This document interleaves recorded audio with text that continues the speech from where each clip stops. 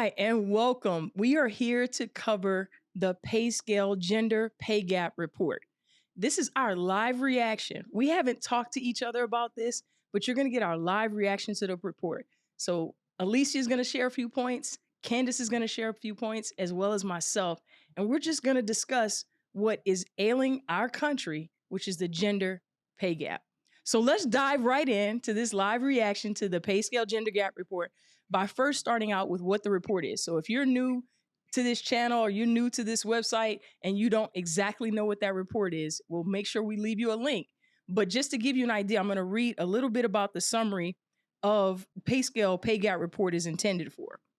The gender pay gap measures the difference in pay between men and women and reflects how society values the work of women less than the work of men.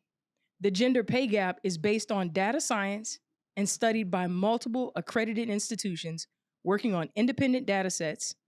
The gap between what women and men are paid persists year over year, indicating that the reasons for gender pay gap are systemic. In observance of Equal Pay Day, March 14th, 2023, Payscale has updated the annual gender pay gap report. Although the uncontrolled gender pay gap has closed by 1 cent since 2023, there remains a disparity in how men and women are paid. The presence of uncontrolled gender pay gap tells us the distribution of high-earning, prestigious jobs in society favors men, while the presence of controlled gender pay gap tells us that women are still being paid less than men when doing the same job. Payscale states that our data will show the gap is wider for women of color, for women at higher job levels, and for women in certain occupations and industries. However, our data will also show the gender pay gap is starting to close in some sectors and locations, which could be expedited by pay transparency legislation. So that's a little bit of a summary about the pay gap as well as the report and some of its findings. So I'm gonna kick it to Alicia to share some thoughts that she had about the report and get her live reaction to it. Yeah, thanks so much for queuing us up. I can't even get into any of the data without addressing what you said first around it being systemic, right? And I think when I came into this, obviously understanding different areas of life, like how it impacts loans, I think that's been a big one, right? Early in the year, a constant. I can't even say earlier in the year. It's been a constant conversation in 2023 about student loans being reduced. So we understand these things. However, as it comes to how people earn this money, right, that they need to pay back or whatever it may be, I don't think there's enough conversation about that. So I'm super excited about that. But a couple of notes that I kept, that I wrote down, which was crazy that we're still talking about this in 2023, right? Is the perception that men's work is valued more than women's. Like that's in the first paragraph of this report. So I'm put a pin there. We're gonna come back because I want you all to weigh in on like your reaction to that thought that still today, right, that there is a perception that men's work is valued more. Okay. And then I thought, because of this perception, women are funneled into lower paying jobs. Okay. So that was the second thought before I even got into any of the data. Okay. So you're kind of pushed into that. And this idea of other perceptions that impact women, like you don't need to work, or the things that you would like to do, or that you're kind of, I would say this sounds bad, but I think women are groomed to like think, oh, as a woman, you should be more nurturing, right? Or you should want to do these things. And there's nothing wrong if that is how you're wired. But this idea of people being pushed into this, and then this is a setup where you're in those jobs that earn less, right? So those were things in the beginning when I thought about like, how are we still here when we think about housekeeping and childcare and all of these things that are valued less? We could talk about that all day. Obviously, there's several pages of that in this report, but I did, before I get you all's reaction to that, I wanted to throw this out here so we can unpack this, right? And it's this thought around women's place in society. So I'm gonna say it again: women's place in society. What are your thoughts? Okay, but I'm gonna get this fact, and I wrote this down that I thought it was interesting because that thought also impacts women. And I think my reaction when I heard that was what other people thought women's place was, not what women thought. And that was a reaction that I had to that. I was just like, wow. And how women continue to choose different opportunities, right? So the example that they gave, and I thought this was like a great place to start for me as I start digging in and looking at the cities, which I know we'll get to that in different jobs, was this data proved that regardless of what women wanted to do, or what they went to based on the money, it flipped once they got there, right? And a perfect example that I thought was interesting, especially because in the beginning you talked about how it impact gender. I mean, obviously we're talking about gender, but race as well, is that women were the first computers. And I don't Yes, know if that was anybody has powerful. watched, Yes. Yeah, I right? put that in So, too. Yep. right. So I was like, man, I went straight to Hidden Figures. I just thought about Taraji's character up there on the chalkboard and all these women, running to go to the restroom. But as soon as men entered into their workforce, it was a higher paying job. The importance of this data didn't hit me until I thought about that. So that's where I want to start. So when we talk about these things being systemic and the reasons, what comes up for you all? Like, what are you thinking? Well, I would say, just to piggyback on what you said, that really stuck out. And I've been advised in my career when I was working in corporate America that I needed to be in P&L roles, Mm, right? Because those were the positions of power. Those were the positions that were going to be paid the most. Also, the positions in retail operations that were probably less likely to be laid off as well, right? So if you're now being guided and pushed in a direction to chase that versus being good with where you are, and then all of a sudden they're just going to flip it. They'll flip the coin, and then the other job, because now men are in it that I might have been in, is now the job that you're going to pay people more in. And I think about some of the mentoring advice that I gave, probably in the early 2010s when I was mentoring people that were under my leadership. That's the same advice I was giving. I gave that same advice to women about being in a role that was a P&L driven role, or a role that produced significant financial results, because that's how you would get paid, as well as be recognized, get promoted, make more money. The list is long, and still didn't get paid equally, right? Yeah. But I think that's what absolutely, like, when I read it, then when you said it again, that's the first thing that popped in my mind. Man, I was chasing it, and I was telling people to chase the same thing, when didn't realize that they was just going to flip the coin, and then all of a sudden, right, DEI or something like that, a function of HR, now becomes this popular role that we're not going to funnel a bunch of men into, probably. Let's just be honest. And then they'll pay it more, and it'll receive more value when the man shows up. So that's the first thing I thought about, was personally what I've done from a mentoring standpoint, as well as in my own personal career. That's the first thing I thought about. Yeah, Alicia, what just stood out for me, because you asked the question of like, what's a woman's place in society? And you know how you answer a question with a question? And my first question was, well, who decided what a woman's place in society is? And is that the job of anybody in the workplace? And I don't have the answer to that question, but when I heard you ask it, full transparency, I felt a little bit offended that that's even something that anybody's talking about. But we have evidence here through pay research that somebody's making this decision on behalf of women in the workplace. And now our households, our financial status is being directly impacted by that. And from an emotional standpoint, I just think it's offensive, and it's nobody has the place to decide nobody has the right to decide what my place in society is, besides the original book, if that makes sense. Or So the that was fact my that, you can actually, bring life into the world. I mean, that might be the only thing that's that the difference, right? differentiates us, right? Yeah. Right? Yeah, it was. I mean, again, it's an emotional response a little bit, because when I first read the report, my first response was just wow, like, and I could probably come up with a few acronyms. Wrong on wheels, like women overworked. I could come up with a few acronyms, but I mean, anybody who reads this report, their first response is going to be wow. Then you start looking at the data and just understanding how unfair. And I'll talk a little bit about the legal part later, but it just seems like a crime. Well, I want to double click on that point, to your point, or what you pull forward in regards to anybody can read this and see that it's not right.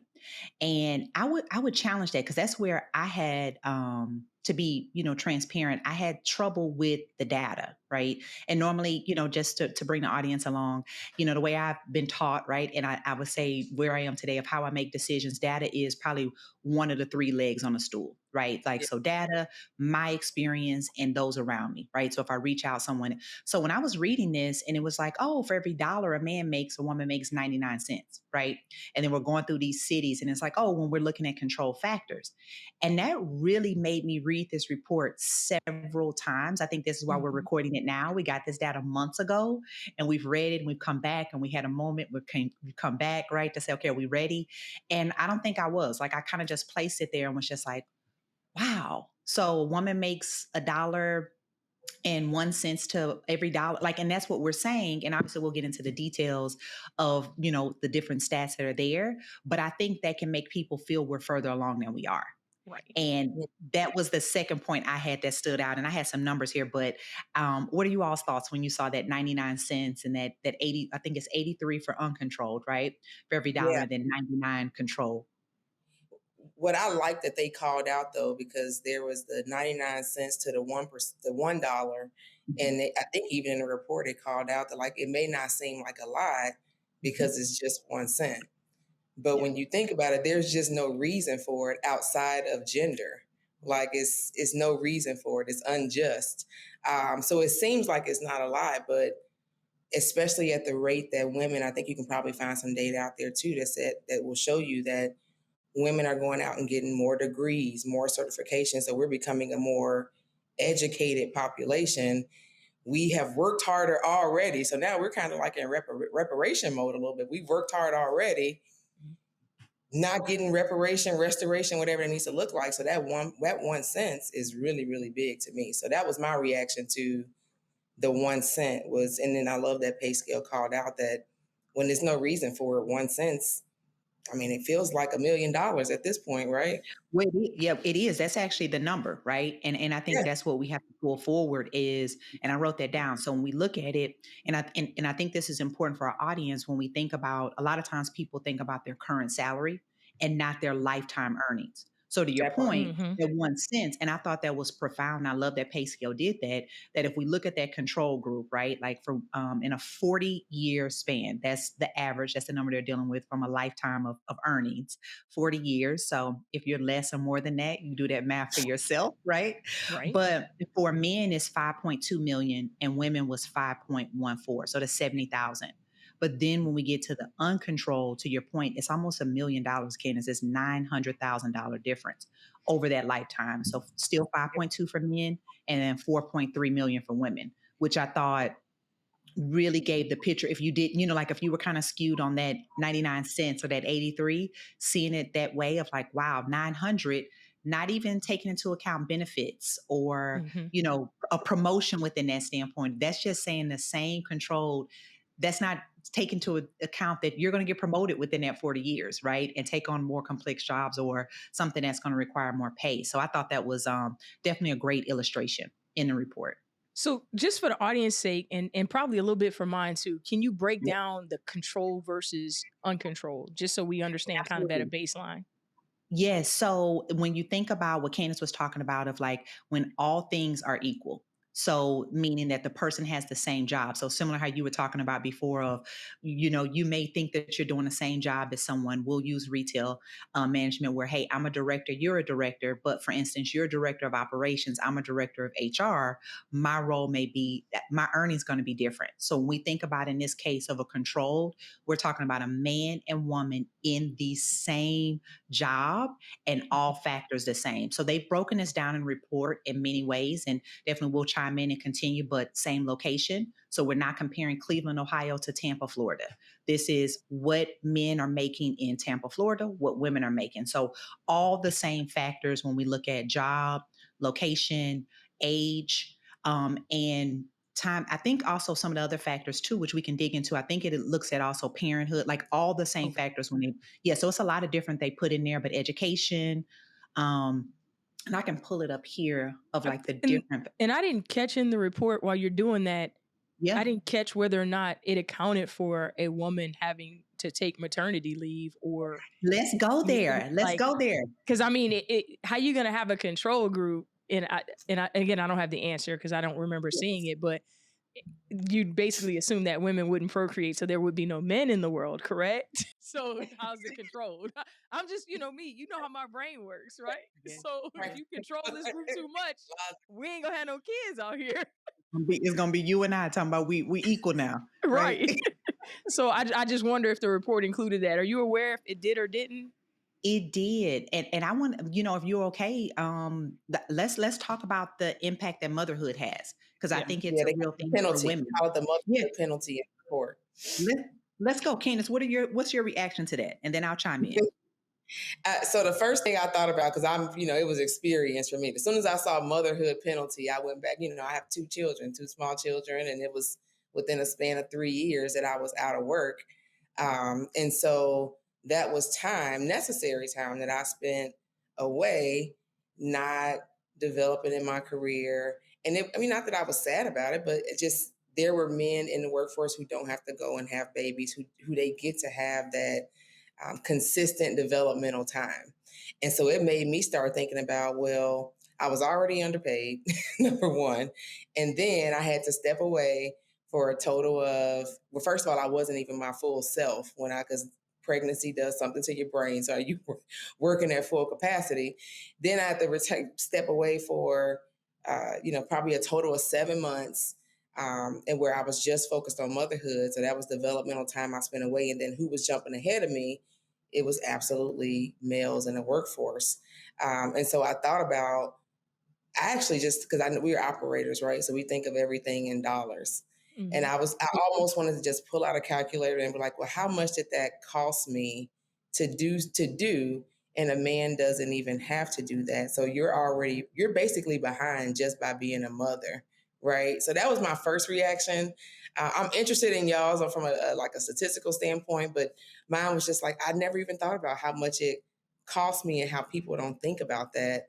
And what can we do in the workforce, or what can employers do to make sure that that's not impacting mothers and this is not looked at as a penalty? And I don't have the answer to that either, but I think there's definitely a cost associated with it. Especially, I know we just finished a single mother series on if I've been a career hack, but especially if you're a single mother, just then you don't have another man in the household that's contributing. So that loss in salary, like that's realized at a greater level for single mothers too. One of the things that hit me in the last 30 days was I saw a post online. It might have been a tweet or it might have been on Instagram.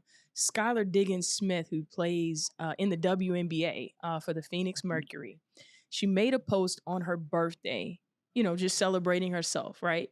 And someone in the comments asked her, like, why the Phoenix Mercury hadn't made a post celebrating her birthday, which is something most of the professional teams do for the players on their team. And she responded saying they made it very clear that I don't have access to any of the facilities. I don't have access to cross promotion or pretty much anything, right? Outside of, her insurance to pay for her pregnancy, have her child, or what have you, because she's on a leave of absence. And that's what it's characterized. You're on maternity leave of absence. And I think that's important. And so this is what hit me. I'm not saying that you should have maybe full access to everything in the workplace when you're on leave of absence due to some type of injury, for example. But in her specific space, being on a maternity leave of absence, when you expect her to come off of leave of absence in a physical condition to perform, not I mean mentally, yeah, too, but physically you expect her to be able to perform. Do we think that's fair that she doesn't have access to the dietitians, to the trainers, to the medical staff, or any of those individuals to help her lose the weight that she's got to lose from being pregnant and then get back on the court and playing shape? She's got to fund that completely herself.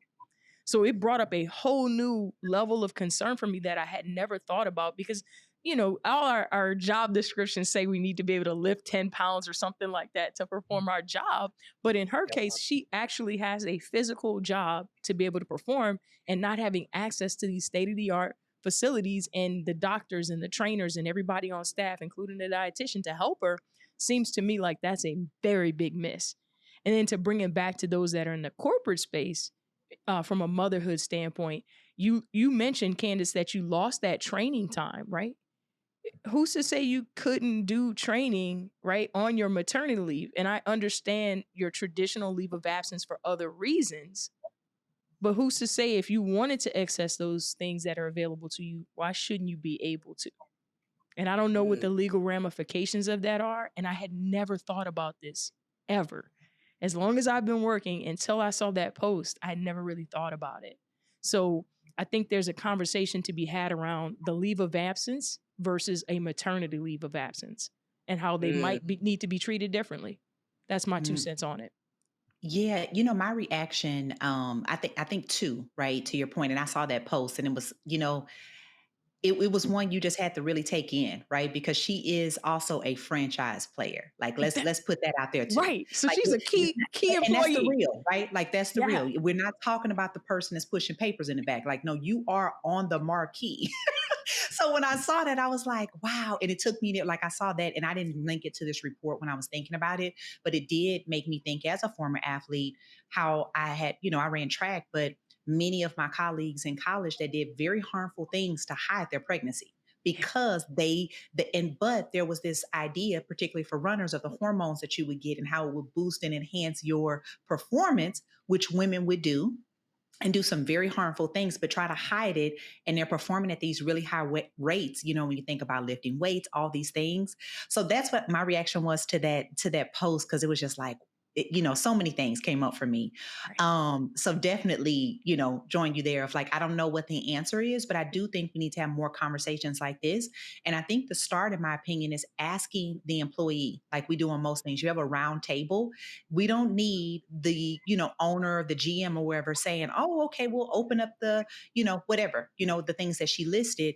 But let's just ask the players what they need at this point, because the game has advanced at such a rapid rate, not over time, but in regards to where they are now versus a revenue and what they can afford. And it seems like they're still operating based on the budgets that they had probably, let's say, 5 years ago. So that's a great point. Yeah. And we could talk about the pay gap in women's sports versus women's sports. And I don't know how that was included or not included in this, but I'm sure that would change the number. Absolutely. Absolutely. This is 83 cents to 99. It's a difference. But that we ain't had the it. job listed. We had a job. We'll get to that in a minute for the audience. But I think personally, Jamila, you shared a personal example of where you probably ill-advised people early in your career. And I would say this was an area that was probably reflective for me with the motherhood and the childbearing penalty, right? And I think this is where culturally, I was told you don't tell your business, right, in the workplace. And I advise people that would come in and they would be younger managers and would be sharing, say they just got married or they're sharing their plans. And it was like, you don't share that. And I had been told that, and I kept that forward, right? Like it was like, this is this time of year. Like it wasn't like people were really planning their families around the business. And I had been told that.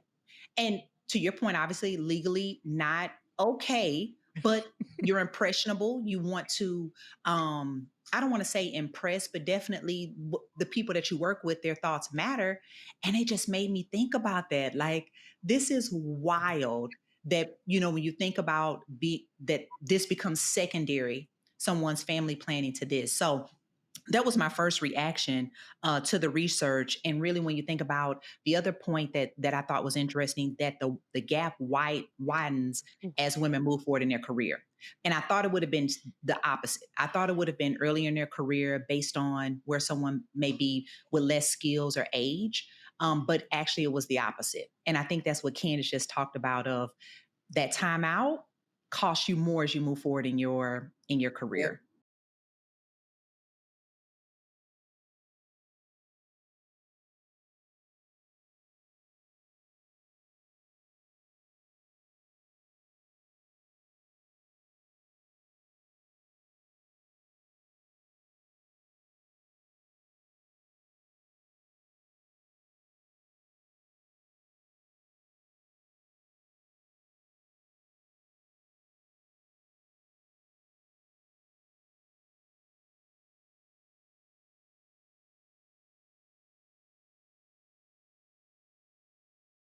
And just to underscore it, I wanted to give Oh, the sorry. stat, and then Candice, you can go ahead because I had that in my notes. At 8, and this is straight from the Payscale Gender Pay Gap Report. At age 45 and older, the gap widens further for the uncontrolled group, with women making only 74 cents compared to every dollar a man makes. So if we're currently in the 80s and you go to 74 cents, so at that point, you clearly have more experience. So how is it widening? Like, to me, that math don't add. That dog don't hunt, like they used to say. That dog don't hunt. It don't make any sense. But I'll let you get that thought out. I just want to put the data on it since I had it in my notes.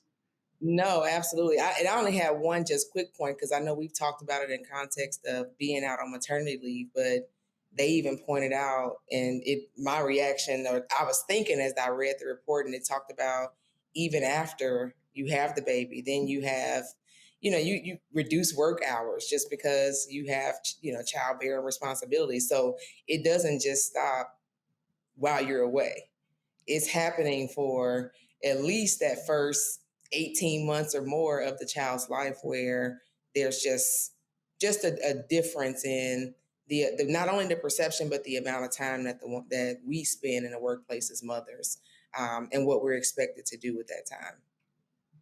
Yeah, and I think we see that compounded, and we talked about that during our Women's History Month series with the 5-Minute Career Hack this year, right? We saw more women in the C-suite leaving to take care of their families, right? They felt this thought of, hey, I may have put this on a back burner, but it is more pressing now, and making those decisions. And I think the Great Resignation, that impacted women more. Right. So when you Okay. think about, you have this, motherhood, then you have the childbearing, child care, right? That second piece of that.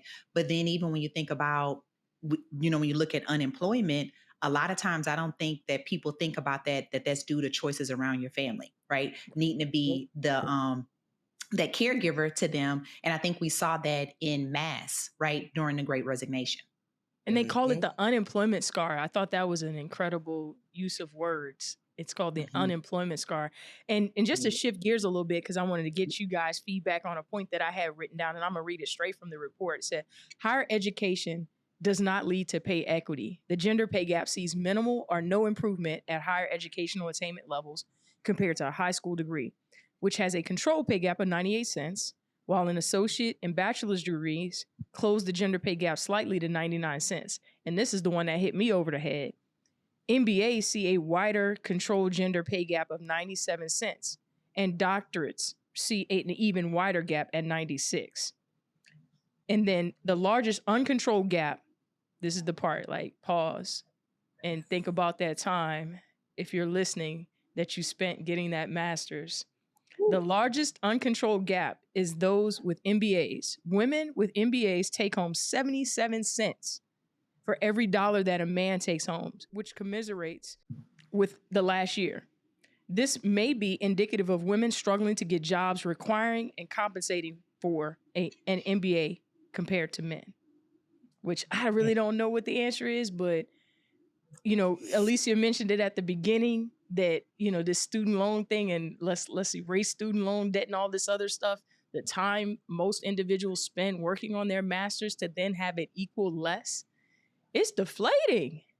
So what are you guys' thoughts? That's all. I got an MBA. It's absolutely deflating, because that's how it was sold to me, is that was going to help with pay. Let's just be clear. Yeah, absolutely. Yeah, first reaction is still just that wow, because you would think if you go and increase your qualifications and skills that you would get paid more. I think that's what's sold to us. That's the assumption. That's what we're hoping that'll happen.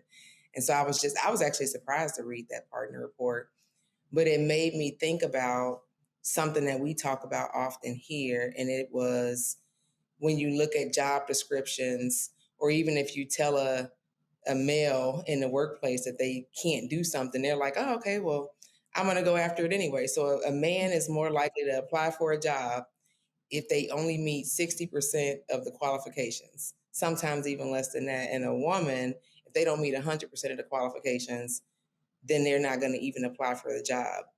Hence, we feel like we're underqualified already. So we go out and we get these degrees, we lose time, all the money we spent, which is, again, taking money out of our pockets, right? and then we get there to not to have the gap be that wide.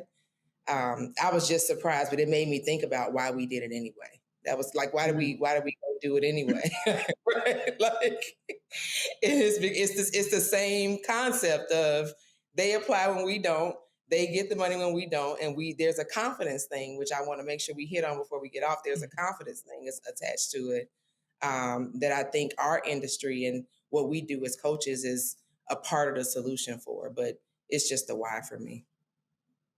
Yeah, the couple of things, because I have an MBA as well, and I was sold the same dream, right? And I know when we did our first master class, the visual that came to me was that carrot, right? I think Candice, you talked about that, right? And it was just, what is the carrot? And as I went through the report, the carrot changed in each data point, right? If you live here, there's more. If you do this, is that, right? And so that's what the visual was for me. And then I can, personally contest that it was not more, right? And what it made me think about was, in my experience, just to keep it real, was like, did the hiring manager always value that? And in my experience, I would say no, because that was higher than their level of education. So, I was curious. That kind of made me want to go into like industries and things like that. Just because in our industry, the more education that you have is not valued in retail. That's been my experience. That's been my experience, right? In the roughly 18 years that I've worked, now I've kind of changed out of retail, but that was not there, because there was these stories of people that had kind of worked themselves up, and what was valued more was your time and role. And those people, that you didn't always get the credit. Like it always says on a job description, to Candace's point, either education or time and role, right? Like it's equivalent to this, but I never saw that kind of lean to my side where I got more in the scale because of the education. It was, you had to have both, and there was someone that valued, and you just had to work harder, because you did, it was like, okay, well, let's see, is it going to be all style and no substance, right? Like, oh, okay, you got your degree. That's not relatable to this work. So I definitely had a reaction, but it felt like my personal experience. I mean, totally. Yeah. I won't even say it was jarring. It was just like, I know we're not cursing because this is for them, but I had, to Candace's point, she had some acronyms. I had some automatopoeias is what I had. Bam, boom, whatever, right? Like I had a whole just bunch of flying out. Yes. Because and maybe I would have felt differently, to your point, Alicia, if in fact it wasn't sold to me that way. Right. I think that's the setup for it, was how it was sold, and that so I go do it to get said result, and so when it isn't true personally, and then I read it in the report. I think Candace is bringing up an excellent point to consider, which in retrospect, I understand it now, but at the time I was getting further away from more money, right? So going to college for 4 years where there's somebody that's working, earning, getting more, right? Now I'm going to grad school for these times, and it's getting further ahead, right? And then I think going back to this 40-year career span, this money is also compounding. Correct. So I'm missing this time of compounding as well that I definitely didn't know at that time. And so that's what I thought of with that 77 cents. Like, wow. Exactly. And so my last one, and I know we have to talk about it being 3 amazing Black queens, we have to talk about the impact to people of color. And the thing I'm actually going to talk about isn't even Black people, but indirectly it's going to hit us, right? And it was, and I'll read it straight from the report. This is the Payscale Gender Pay Gap Report. Asian women consistently make comparably more than white men when data is controlled for compensable factors, $1.03 to every dollar a white man makes. This has been a propagator of model minority stereotype that assumes Asians are smarter, better educated, or harder working than other people. The model minority myth is racist in concept and fails to acknowledge that Asians are a diverse population, with some Asian minorities experiencing wider pay gaps than the general Asian population. So I wanted to take it from that angle, because what first stood out to me about just even that statement and reading that section of the report was simply that the stereotype, which I know we've all heard specific to Asians, is exactly that. It's the same thing from, kindergarten all the way up. If there's an Asian in the classroom, you expect that Asian to be the smartest kid in the classroom. And then that ultimately translates to them getting paid more than the white man, which was so interesting to me. And then I started to think about the stereotypes of Black people as a whole, and as well as specific Black women.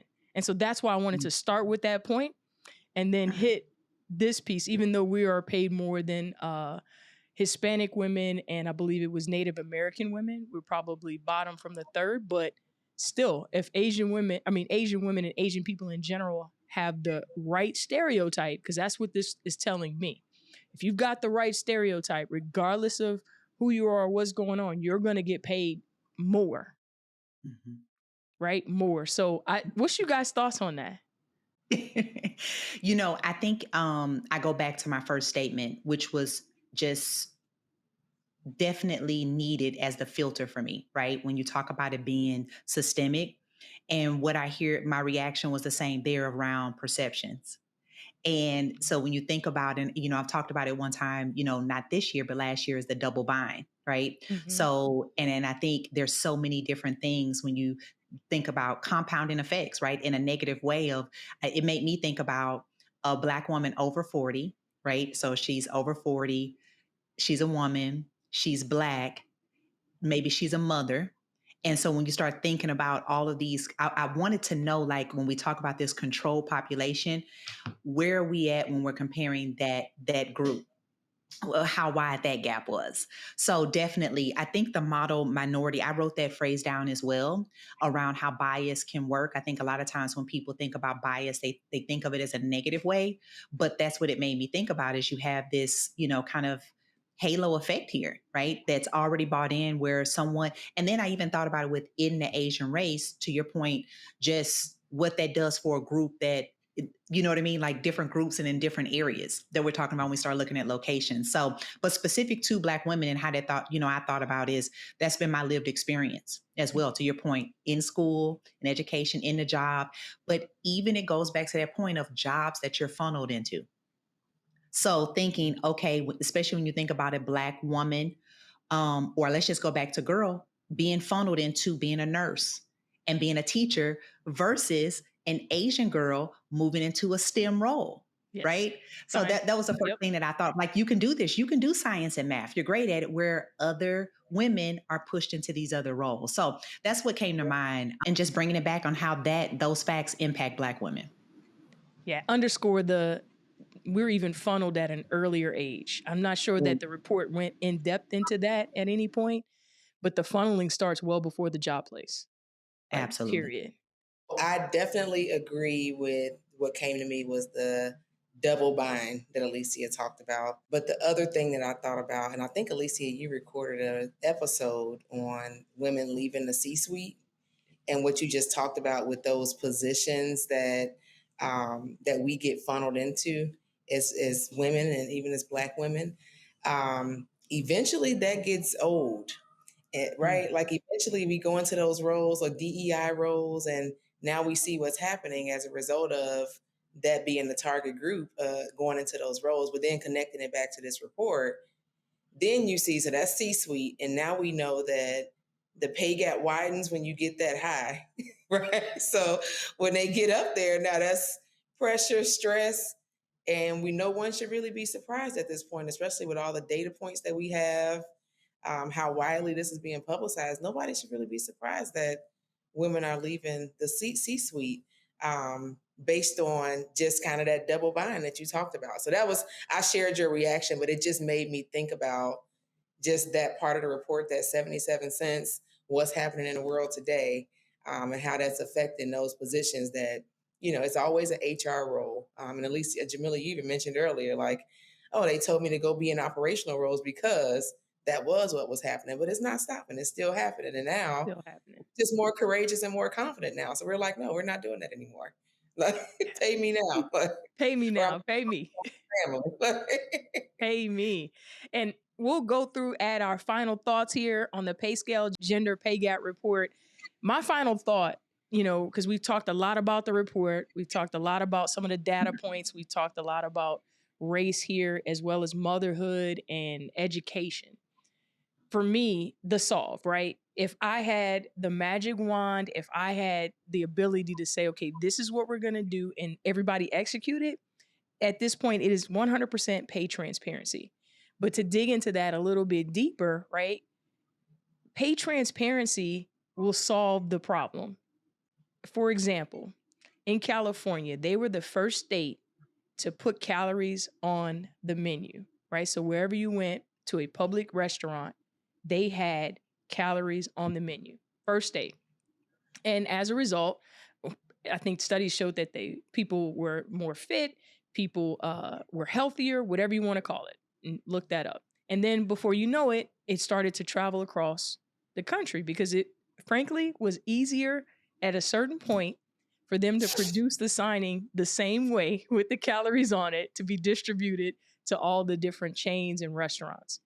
It's no different, in my opinion, with pay transparency. The minute it happens, whether it's state, government, what level of government, or just a big company or several big companies decide to actually just say, this is what it is, everybody will be paid the same because it's illegal, right? To pay a woman less. I believe it will be 100% solved. The challenge with my solution is that costs a whole lot of money. And at the end of the day, businesses are in business to make money and stay in business. So I get it on one hand that, yeah, if I decide to go with this pay transparency thing and I then am now exposed and I have to raise the pay of all these women, that's going to be a huge hit to my P&L. And if I'm a publicly traded company, that's going to be a huge hit to my stock because every time they decide to raise salaries broad sweeping in a company, they take a hit on Wall Street. And I believe solely that that's the reason why we don't have pay transparency at this point, but is the solution. I don't know if any other thing at this point will work, primarily because we're human beings and we have natural bias. And I don't think there's a way to solve it until there's transparency. So that's my final thought for the solve, and also why the solve isn't happening, because we're still talking about this, several decades later since they started tracking this. So that's my final thought on it. You guys, what do you got? I guess I'll go and we'll let Candyce wrap it up. I think for me, two things. One, because I think as a career coach, I always start with mindset. And I've been currently studying exit strategies. And I was doing some research, kind of pulling some things together that we're doing. And I think for me, we have to exit this mindset that it's okay. And that's why I started where we were. I think once we take when there's someone in the room, right, that can be curious, and that starts, to your point, in a classroom, okay, of where you're putting students or how you're doing that, until we can start having those courageous conversations and really just even seeing it. I think we're talking about this as business professionals, but is this socialized with educators? Is this socialized with parents as they're telling their children where to go to college and what to study in college, right? So I think there has to be a mindset shift, and we have to exit the thought process that it's okay or women can only be good in these roles and that their work is valueless. And then I think the next part, to your point, Jamila, I guess maybe because I think about feasibility, and I'm with you that would never happen. That's why I'm not starting there. But I do feel like accountability always encourages people, particularly in revenue generating companies, right? Or roles, we'll say that if you're held accountable to these things, then you're going to figure out a way to do it. So I think until there starts to be any type of, just like, we think about the move that's happened from diversity numbers, until it was tracked or you were held accountable to that, like we still have those things, I think it'll continue to be something that's just aspirational. Or we talk about it and then we just go tuck it away until 2024, and we'll be right back here saying, oh, you know what? We're moving forward. Yeah. One more penny. One more penny, right? But until it starts impacting the people that, when they take home in their bonuses, and I don't know the answer of how to figure that out from a structure standpoint. I know Payscale offers tons of resources on how to do that. They probably can take on these companies as a client to help them pull that together. But until that work starts, I think that's where we'll be. So those would be my two solutions: is mindset shift and accountability for decision makers. No, that's awesome. I think both of you all hit on And Jamila, I know you, your point around it's a financial impact to solving for this right now. That is the solve, but there's an impact to not just that company or to the women who are impacted, but to the United States of America and greater, right? So the question is, at what point do you want it to hit your P&L? Because we see now there's a trend of California. I think the report even goes through and gives us like the dates that certain cities or states have already implemented laws. What's to be determined. There's a couple of different states. New York, I think, is involved as well. Like it's happening and it's coming.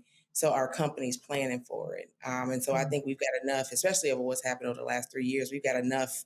The conversation has become more broad, and we've got enough data and information to know that this is something that's going to happen. You just have to decide when you want it to happen, right? And then for me, the other thing this my last couple of points, because I noticed in a report, and Alicia, I think you touched on it earlier, was just around the Great Resignation. And we saw during the Great Resignation that there were higher quit rates in women out of the workforce. And so knowing that there were higher quit rates in women, they went back and got some jobs. And what they realized is that they can get almost like an 8% increase by quitting your job and going and finding another one, right? So just imagine the cycle of that happening, where the more confident we become, the more informed we become. There's so much information out there that says you can quit and go make some money somewhere else. And folks are doing that over and over and over again. When you lose an employee, it still costs you money. So again, that's where it hits the P&L again. Like there's no way around it. It's got to be fixed. But over the last 3 years, I think certain things have happened that I think is a wake-up call to companies. And then leading me into my second point, I think it has made us more confident, right? So a woman who reads this report, like me, you, Alicia, her first response is going to be, wow. But then she may even start to say, okay, well, it's something I can do about this. More people are talking about it, more people are listening. And then you think about what we do as coaches. This is an industry that's growing. And you look at the research for the impact that coaches are having on not, in the workplace, but especially for women. It realizes an 80% increase in self-confidence. And one of the main reasons that women don't ask for more money when they know they can get it or deserve it is because they are not confident. We coach on that. So if they're seeing that, hey, the coaching industry is growing, I can go Google right now coaches in LinkedIn, and probably 10 peers will pop up right away. And they're talking about this exact thing. How do you go make your career transition, get paid more? We talk about salary negotiation. The more that we continue to not only get access to that information, but take action on it, it's just going to make it more difficult for us to be paid less, which again is going to impact the P&L. So my final thought for the third time is there's just no way around it. It's got to happen. The question is just when, right? So that's all I have. That's awesome. All roads lead to that P&L, whether you're going to just pay the money up front and get it equal across the board, or you're going to deal with, as we become more confident, to your point, and know what to do, what research to use, how to use tools that Payscale offers to individuals and for those corporations that want to get ahead of the curve, right? It's going to happen, and it's going to hit your P&L one way or the other, right? It costs. It's your largest cost for most companies is human resources. So incredible live reaction to the Payscale Gender Pay Gap Report.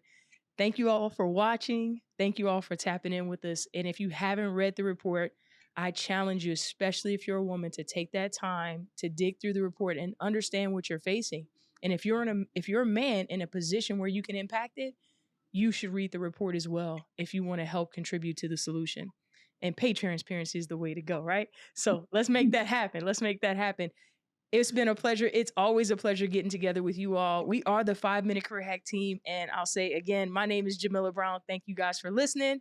Yes, and I'm Alicia Wade. Thank you. And I am Candyce Hunt. Thank you all. We'll see you soon.